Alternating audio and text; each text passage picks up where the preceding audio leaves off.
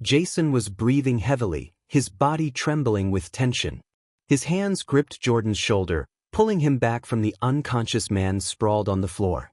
A phone lay nearby, its dim screen flickering with a video. The footage clearly showed their mother being threateningly intimidated. "What have you done?" Jason tried to push Jordan away from the body. His voice was sharp, almost hysterical. "We were supposed to handle this differently." Jordan said nothing, his gaze focused and cold. Slowly, he raised his eyes to meet his brother's but remained silent. Jason's eyes darted to the phone, a mix of anger and helplessness boiling within him. The story rewinds to several weeks earlier. The provincial town greeted Jason with gray skies and an eerie silence. He hadn't been back in years, and the visit brought no joy. Their mother Alice had passed away, leaving the brothers to wrestle with guilt and unresolved grievances. Jordan, the younger brother, met Jason on the porch of the old house, his expression guarded and tense. "You actually showed up," Jordan said, crossing his arms over his chest. His gaze held a sharp accusation that made Jason take a deep breath. "I came to say goodbye," Jason replied softly, determined not to start an argument. Yet the tension hung thick in the air. At the funeral, their childhood friend Lena approached, her voice trembling as she spoke.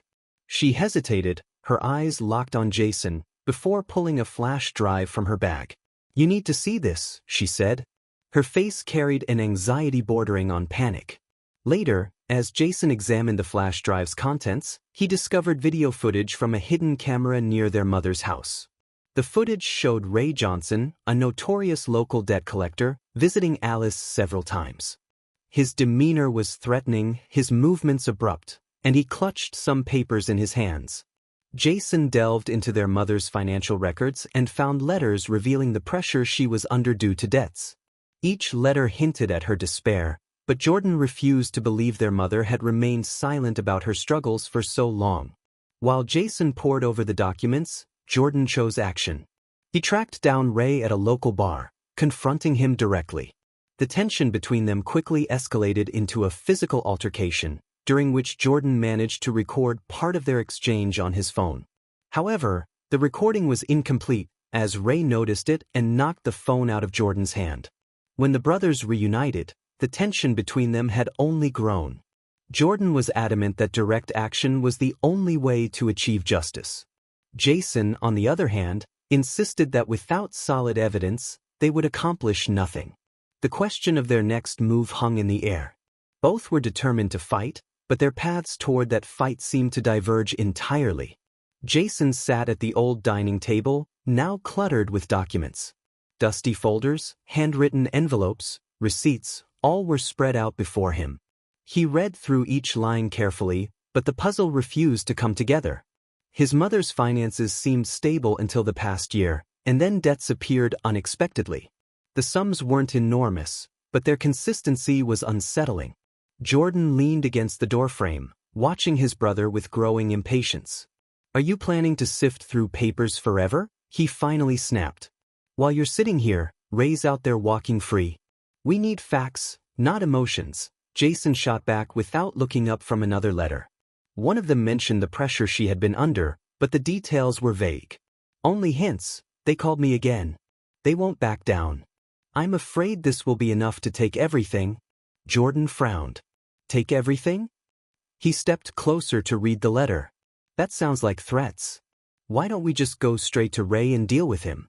"Because, unlike you, I don't charge into fights without knowing who I'm up against," Jason replied, emphasizing the word knowing. Irritated, Jordan stormed out of the room, slamming the door behind him. He needed action, not a paper chase. He headed to the bar, hoping to find an old contact, Will, a man with a questionable past but valuable connections. Will confirmed that Ray worked for Carl Blake, a businessman known as a soft enforcer. Blake was buying up land by intimidating those who refused to sell, and Alice seemed to have caught his attention. "Blake's planning something big," Will said, holding a glass of cheap whiskey. "And your mother was probably in his way." Meanwhile, Lena, continuing her investigation, found information that supported Will's claims. She passed on articles to the brothers detailing Blake's tactics. They all featured threats, coercion, and, in some cases, the disappearance of those who resisted. "Have you considered that Blake isn't just a businessman but something much worse?" she asked, her gaze fixed on Jason. "If that's the case, you need to tread carefully." Lena also mentioned that she had found a woman who might have witnessed something the night Alice died. The woman agreed to meet Lena but refused to speak publicly. The fear in her eyes said it all. "She's afraid for her life," Lena admitted to the brothers. "And I can't blame her." The situation escalated when Jordan encountered Ray a second time. The meeting was unplanned, but the tension between them ignited instantly. Ray, realizing the pressure was mounting, tried to offer a peaceful resolution. "Forget your mother's debts, and we'll call it even," he said, his voice shaky. But Jordan responded by stepping closer, forcing Ray to back away. "This won't end so easily," Jordan said. "You'll answer for everything you've done." When Jason learned about the confrontation, he realized that without solid evidence, their actions would only provoke further problems. "We can't afford mistakes," he repeated. Yet even he couldn't deny that every new step brought them closer to a dangerous line. Jason sat in the sheriff's office, holding a thin folder of gathered documents. The polished surface of the desk gleamed under the fluorescent lights, but the sense of order stopped there. Anxiety bubbled under his composed exterior. The sheriff, a middle-aged man with soft features and a deliberately indifferent gaze, lazily flipped through the papers. His hesitation and muted responses felt more like a desire to avoid responsibility. "You do realize all this points to organized pressure?" Jason paused to let his words sink in. The sheriff nodded, though without genuine interest. "We'll see what can be done," he muttered, carefully handing the folder back. "But, these things take time. More facts, more witnesses." Jason realized the case would remain stagnant. Cursing the system's indifference internally, he left the station. The thought grew clearer in his mind. If they wanted justice, they'd have to rely on themselves. Meanwhile, Jordan stood in a diner parking lot, waiting to meet Will. A small truck screeched to a halt beside him, and two men with threatening expressions stepped out of the cab. One of them, tall and muscular, addressed Jordan. "Ray says you're poking your nose where it doesn't belong." Jordan tensed, assessing the situation in an instant. Their posture told him a fight was inevitable. The men didn't waste time talking. Fists flew before Jordan could even grab his phone. Blows rained down in quick succession, but Jordan, despite being outnumbered, held his ground. A sudden pull from behind, however, sent him crashing to the ground, a sharp pain radiating through his side. The attackers, apparently satisfied, climbed back into their truck and drove off, leaving Jordan in the dust. He clutched his ribs, trying to suppress the pain, and slowly got to his feet. His phone, which had fallen out of his pocket, was intact, meaning his next task was to inform Jason about the incident. At home, Jason was stunned by the sight of his brother. "Are you okay? What happened?" Jordan tried to brush him off, but his face betrayed his emotions. "I'm fine, just a few bruises." But they made it clear they won't stop. Lena called with news that shed light on the situation. She had uncovered details about Ray. A few years ago, he was dismissed from the police force for excessive force. He had been involved in a case of brutality against detainees, which had been covered up thanks to influential intervention. And guess who helped him back then? Their history goes way back, Lena revealed. This revelation was another piece of the puzzle. Jordan listened, his anger simmering beneath the surface. "He's not just an assistant, he's a key player," he said, rising from the table. "And what are you planning to do?" Jason asked with concern. "Make him talk," Jordan replied, heading for the door. That same day, Lena published an article about a series of suspicious deaths in the area. She drew attention to Blake's methods, mentioning the threats and pressure that likely led to the fatalities. The response was swift. She began receiving anonymous threats through calls and messages. A temporary safe house offered by a friend became a necessary refuge. Jordan, despite his brother's objections, tracked down Ray. Their conversation began under tense circumstances. Jordan left no room for excuses, his words hitting their mark. Under pressure, Ray finally admitted he had acted on Blake's orders. He didn't hide his fear but also hinted he had no choice. This confession was a significant victory, but Jason knew they were now playing a dangerous game. The crunch of broken glass echoed under Jordan's boots as he paced the room. The tension in the air was palpable, like a storm about to break. Jason stood watching, his emotions simmering beneath the surface. Years of suppressed frustration now began to rise, spilling into their interactions. What unfolded between them was no longer just a disagreement over tactics, but the surfacing of old wounds. Jason threw the papers onto the table, his calm demeanor cracking under the weight of the situation. He had tried for too long to keep everything under control, to remain the voice of reason. But his brother's impulsive actions were steadily unraveling any semblance of order. Jordan was lost in his thoughts. Memories of their mother's last days lingered in his mind, fueling his determination. Every piece of evidence they uncovered pointed squarely at Blake. The thought of Blake's involvement made Jordan's anger burn hotter. He couldn't sit idle any longer, not when the stakes were this personal. Lena appeared in the doorway, her exhaustion evident in her posture. She approached the table and spread out a set of documents. Her voice was edged with bitterness. "This is proof." Alice was threatened. "These construction plans, they include her house. Blake signed these weeks before her death." Jason leaned over the documents, scanning them carefully. His eyes locked on Blake's signature. The dates matched the final weeks of their mother's life. This was the confirmation they had been searching for, but instead of relief, Jason felt the weight of the revelation settle heavily on his shoulders. It was undeniable now, Alice had been targeted. Jordan stood in the corner of the room, fists clenched, tension radiating from his frame. The document felt like a trigger, snapping whatever patience he had left. His frustration surged, and the idea of waiting for justice through bureaucratic channels felt unbearable. He was ready to take action, regardless of the risks.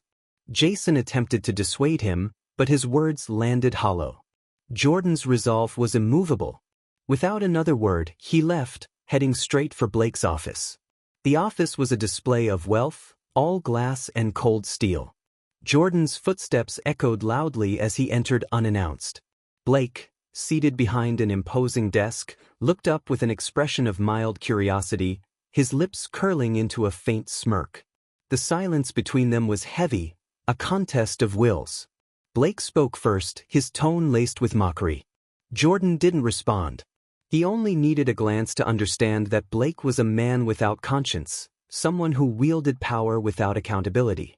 But Jordan refused to show any weakness.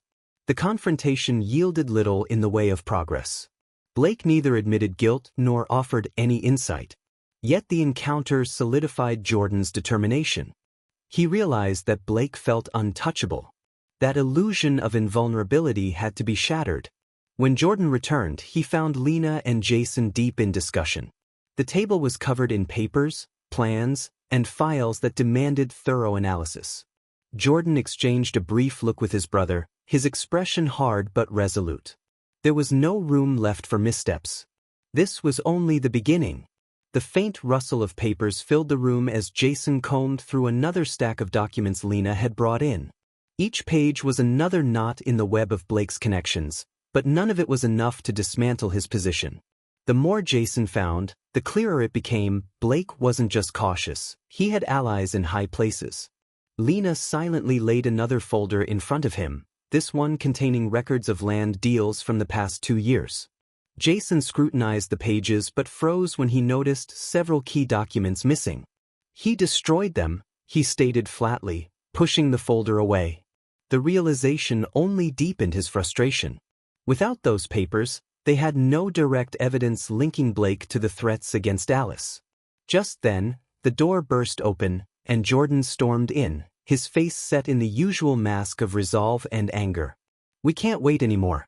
While you're buried in paperwork, he's still out there, making moves." Jordan's words landed like a hammer. Jason barely held back a sharp retort. He understood his brother's impatience, but his methods could jeopardize everything. Still, Jordan was beyond reasoning. He left without elaborating, and Lena shot Jason a worried glance. Jordan had taken one look at those documents and dismissed them as useless. Papers wouldn't sway a bought judge, and Jordan knew it. The only way to take him down is to strike directly, he said before walking out. Breaking into Blake's office was a risky move, but Jordan saw no alternative. He needed no preparation. He moved on instinct, driven by anger. Entering the building, he noticed the security guards, but they seemed too complacent to anticipate something like this. The faint dizziness of adrenaline sharpened his focus. When Jordan entered Blake's office, the man didn't even look surprised. "I expected you to come," Blake said calmly, leaning back in his chair. His composure was infuriating, but Jordan held himself in check, refusing to let emotion take over. Their exchange began as a battle of veiled barbs but quickly escalated into a dangerous game of threats. "You think you can cover this up? You made a mistake threatening my mother." Jordan's voice was steady but firm. Blake smirked. "You have no idea who you're dealing with. You and your brother are just small players trying to plug a dam with your fingers. Sooner or later, the water will break through." His words were cloaked in metaphor but carried an undeniable menace. Jordan stepped closer, but Blake remained unshaken. On the contrary, he stood, asserting his dominance. "No one can touch me, not you, not your so-called evidence. Walk away while you still can," Blake concluded with icy confidence. Jordan realized the conversation was going nowhere, but he wanted to see Blake face to face, to confirm that the man truly believed in his impunity. Meanwhile, Jason and Lena continued their work. They uncovered records showing that Blake wasn't just a wealthy businessman but a key figure in local politics. His ties to influential officials explained the lack of action from law enforcement. "We need to tread carefully," Lena said, cross-referencing dates in the documents. Jason nodded, though his thoughts were with Jordan. His brother's impulsiveness could lead to disaster. Jason knew Jordan wouldn't stop until he saw results, but at what cost? Lena suggested gathering more witness testimonies to build an airtight case. However, her attempts to contact key witnesses met with retaliation. Blake's men decided to send a message. When Lena returned home, she found shattered windows and clear signs of an intruder. She immediately called Jason, who then alerted Jordan. For the brothers, this was the final straw. They couldn't allow Blake to continue intimidating their allies. Jason proposed a carefully planned strategy, but Jordan insisted on immediate action. Their battle with Blake was no longer just about justice. It had become a deeply personal fight to preserve their mother's legacy. Jordan slowly scanned the room, his fingers trembling slightly. The strategy was clear, but its execution required cold precision. "If we keep acting separately, we'll get eaten alive," he said, leaning against the table. Jason crossed his arms, listening silently. Admitting his brother was right wasn't easy, but the events of the past days proved that working alone was dangerous. "Fine," Jason finally said. "You handle surveillance, and I'll focus on the legal side. But everything needs to be meticulously planned. We can't afford mistakes." Jordan nodded, sensing not just Jason's usual restraint but a growing understanding. This time, they would operate as a team. Their discussion continued over a city map Jordan had spread across the table. "Here's where Ray shows up most often," he pointed to a spot in the industrial zone. "Mark and I will check it out. If there's something there, I'll find it." Jason didn't argue. He knew his brother needed tasks like this to feel in control. Meanwhile, Jason reached out to his network of attorneys to figure out how to turn their findings into a solid legal case. Work with allies began without delay. Jordan met with Mark, a veteran he once trusted with his life. Mark agreed to help immediately, without asking questions. Moreover, he provided information that Blake had used similar pressure tactics in another state, forcing people to abandon their lands. This was a crucial puzzle piece Jason could later use in his arguments. Meanwhile, Lena organized a series of meetings with property owners who could confirm threats from Blake's people. At one such meeting, an elderly man arrived, his face trembling with tension. Slowly, he began recounting how they tried to force him to sell his land, threatening his family. Lena recorded every word, but Jason noticed the man was too scared to share everything. He mentioned seeing Ray near Alice's house the day before her death but begged them not to use his name. Jordan and Mark continued tracking Ray's movements.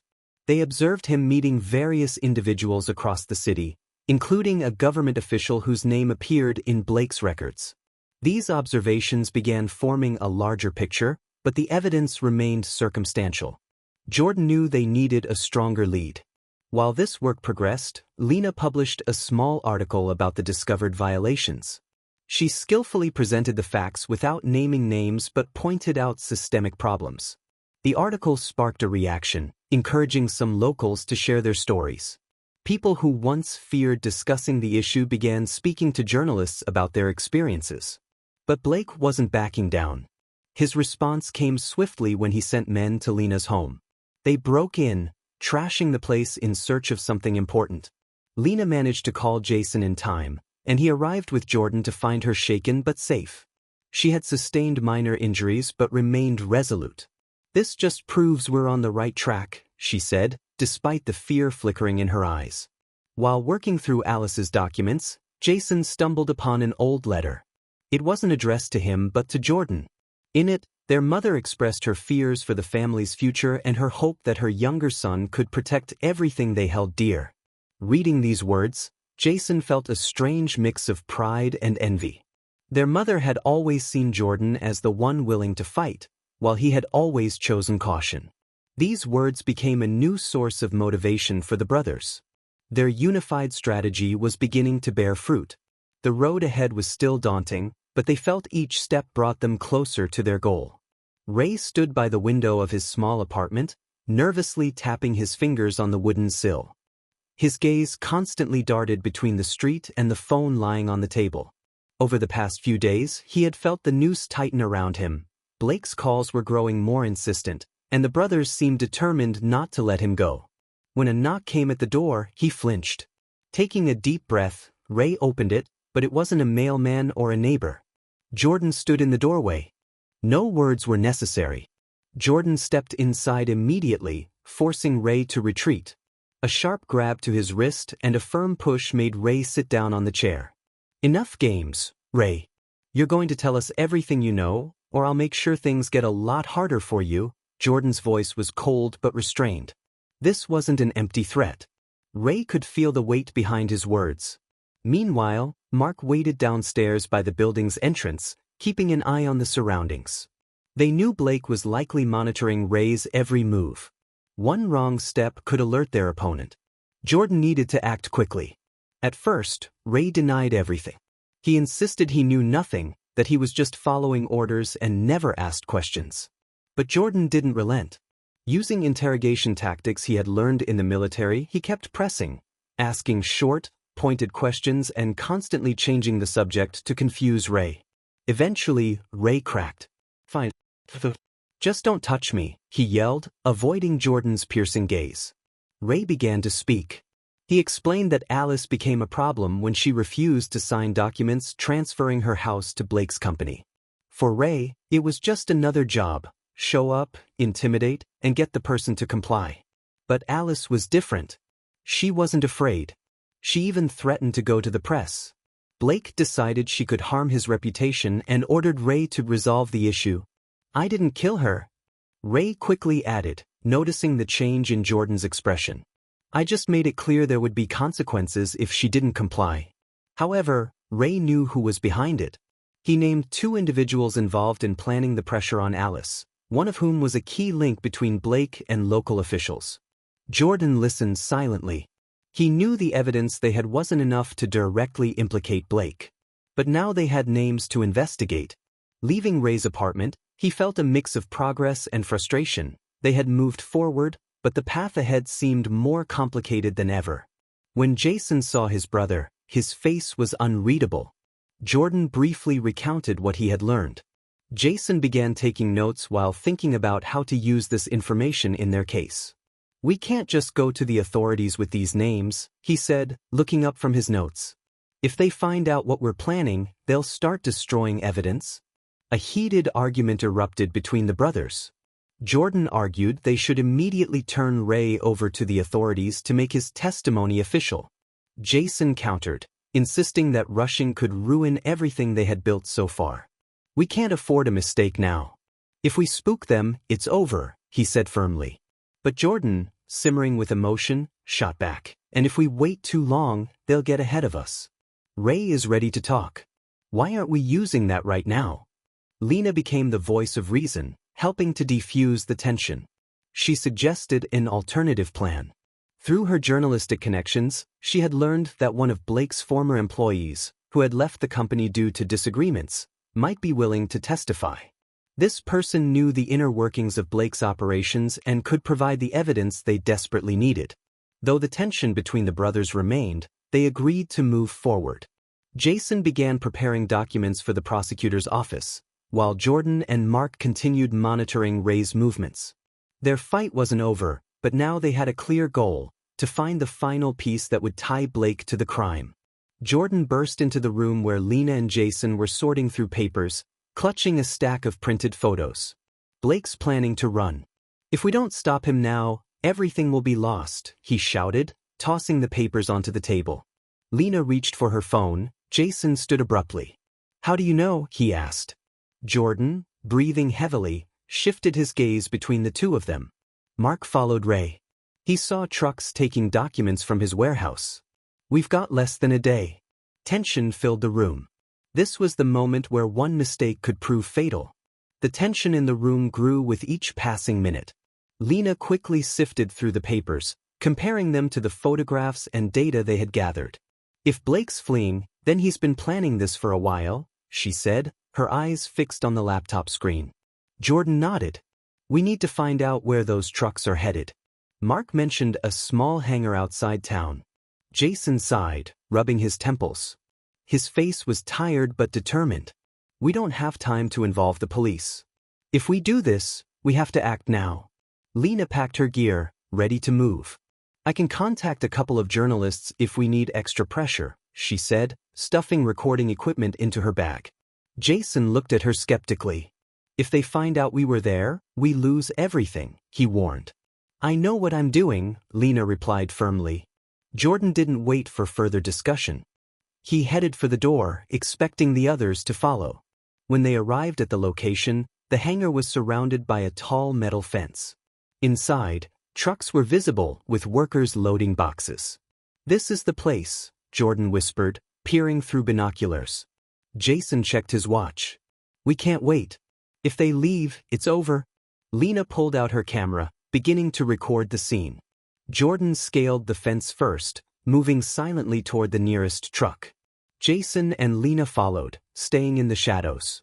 Jordan signaled for them to stop, pointing at a guard standing near the crates. If we take him out, we can inspect the cargo, he whispered. Jason frowned but said nothing. It was risky, but there was no other choice. Jordan moved swiftly, grabbing the guard and covering his mouth to silence him. Jason and Lena hurried to the truck. Inside, they found dozens of boxes of documents, but the key discovery was a safe containing crucial information. Lena began photographing the contents of the boxes while Jason worked on opening the safe. Time was running out when footsteps echoed outside. Who's there? A voice boomed. Jordan returned, quickly assessing the situation. We've been spotted. We need to go, he whispered. Jason finally cracked the safe, pulling out a folder labeled critical. They escaped just as the guards realized someone had breached the hangar. Their car, parked at a safe distance, was already waiting. Back at their secure location, Jason began poring over the folder's contents. Inside were financial records signed by Blake himself and correspondence with officials confirming his crimes. This is our trump card, Jason said, showing the papers to Lena. Jordan nodded silently. They had taken their first real step toward exposing the truth, but they knew the road ahead would only get harder.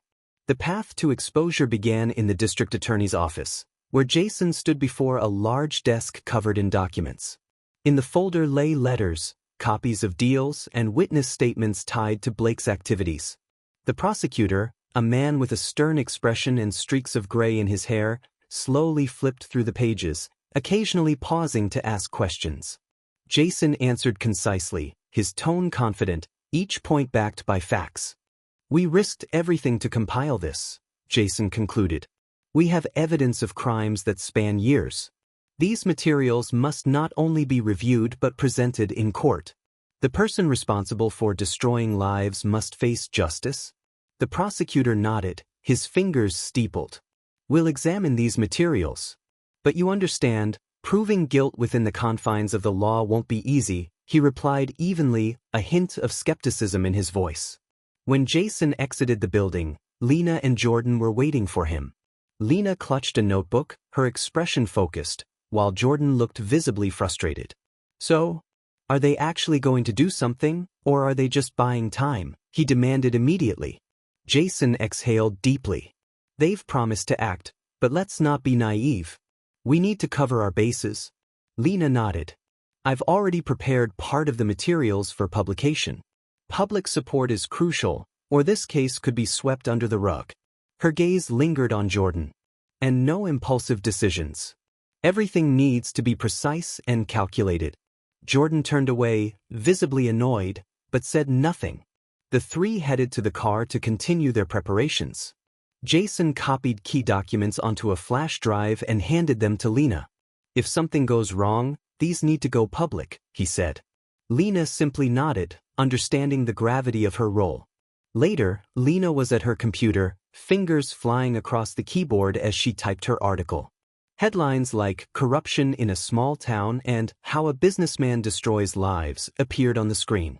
She included not only evidence but also personal stories to draw readers in. When the article was complete, she sent it to her contacts at major publications. Meanwhile, Jason and Jordan strategized. If we want public support, we need more testimonies, Jason began. We've already reached out to some property owners. Now we need to organize their statements. Jordan nodded. I'll handle it. But what if they try to stop us again? Jason looked at his brother. Then we'll be ready. By the following morning, Lena's publication appeared in several major outlets. Her words, backed by hard evidence, had the effect of a bombshell. Citizens began discussing the corruption, and social media buzzed with outrage. Lena agreed to an interview to further amplify the message. The cameras focused on Lena, her face calm, though her eyes betrayed inner tension. Carl Blake used his position to destroy the lives of ordinary people, she began. Today, we've shown that even someone like him cannot escape the law. We demand justice. Journalists in the crowd started shouting questions, while murmurs spread through the audience. Applause rippled from the back, affirming her words. Jordan watched the broadcast from home, his arms crossed as he stared at the screen where Lena spoke with rare conviction.